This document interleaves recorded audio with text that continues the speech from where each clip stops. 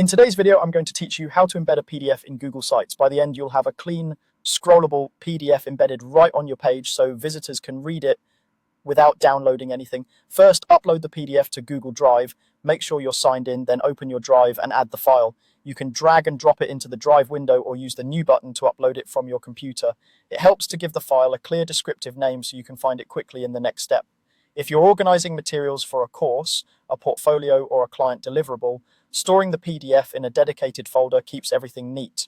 Also, keep sharing in mind, if the file is restricted to only you, your site visitors won't be able to view it. For most public sites, you'll want to set Drive access so anyone with the link can view or share it with the audience you expect. You don't need to change anything yet, but knowing this prevents file not found messages later.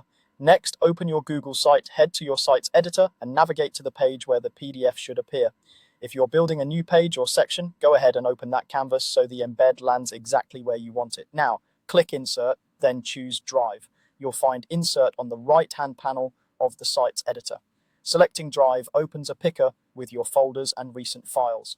Use the search bar if your drive is packed. Searching by the exact file name you set earlier speeds things up. You can also switch tabs in the picker to recent or starred if that's where you saved it. Finally, select the PDF file. Once you click it and confirm, Google Sites places the PDF module directly on the page. You'll see a live preview frame with scroll controls so your audience can flip through pages right on the site. You can drag the corners to resize the frame and position it within your layout. If your site uses columns, you can drop the PDF into the column that makes the most sense visually. A larger frame helps with readability, especially for multi-page documents or forms with small text. If you want to fine-tune the look, adjust the section layout, or add a brief caption above or below the frame to provide context. That's it.